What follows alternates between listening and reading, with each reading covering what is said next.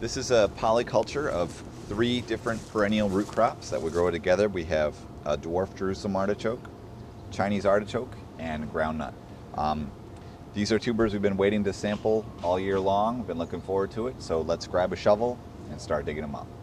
We've got Jerusalem artichokes and Chinese artichokes, or mint root, as some people call it, and the groundnut growing together in a polyculture.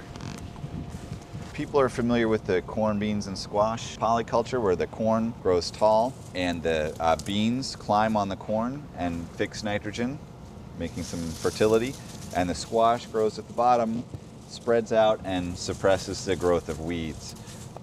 In this case, we're trying to mimic that with all perennial species that are all root crops. So the tall species, the corn mimic, is the Jerusalem artichoke.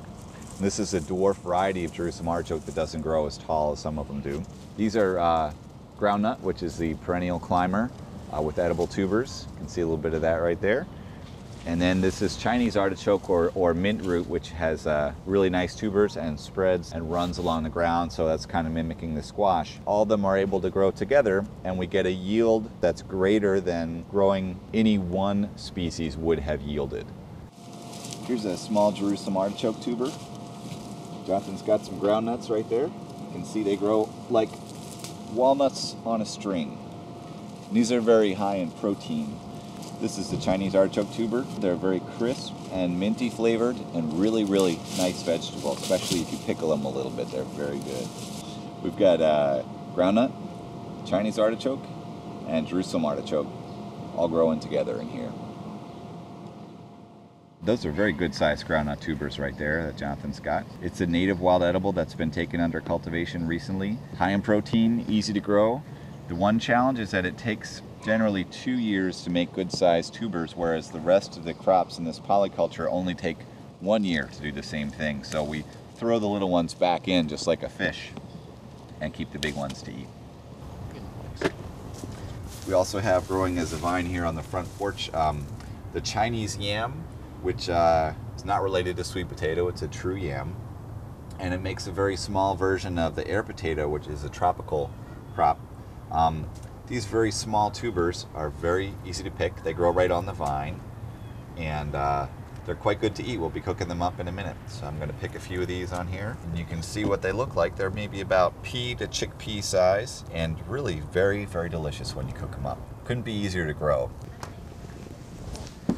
All right, we've got our air potato tubers ready to go.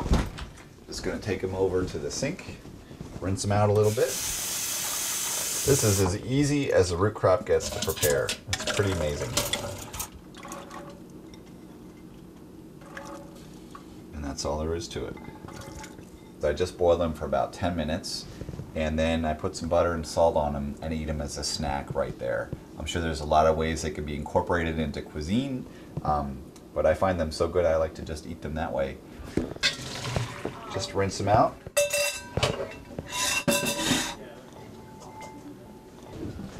Pour them right into the bowl. There's no need to peel. There's no need to chop. A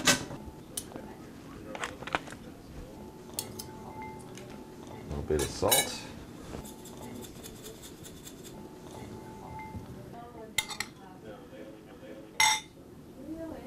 Then you just take your little tubers like that,